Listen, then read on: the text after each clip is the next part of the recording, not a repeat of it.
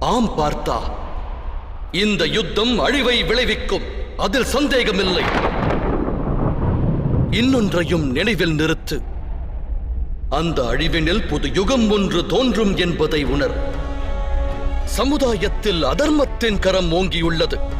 ஆயிரக்கணக்கான ஆண்டுகள் முன்பு வேதம் கொண்டு ஸ்தாபிக்கப்பட்ட தர்மமானது உச்சரிப்பு நிலையை மட்டுமே எட்டியுள்ளது.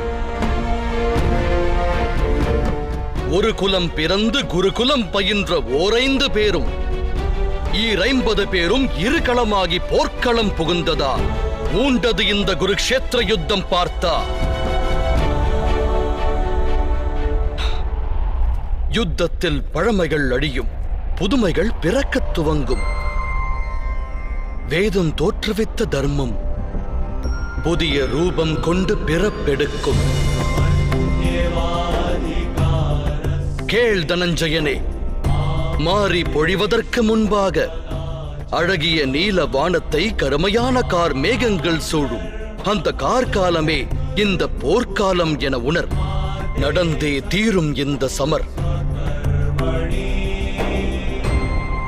மாறி பொழிந்தால் அகிலத்தில் காணும் இடமெல்லாம் பசுமையானது பூத்துக் குலுங்கும். அதனைப் போலவே இந்த குருக்ஷேத்திர யுத்தம் முடிந்தால் அகிலம் நித்தம் நித்தம் சுகம் பெறும் பார்த்தா.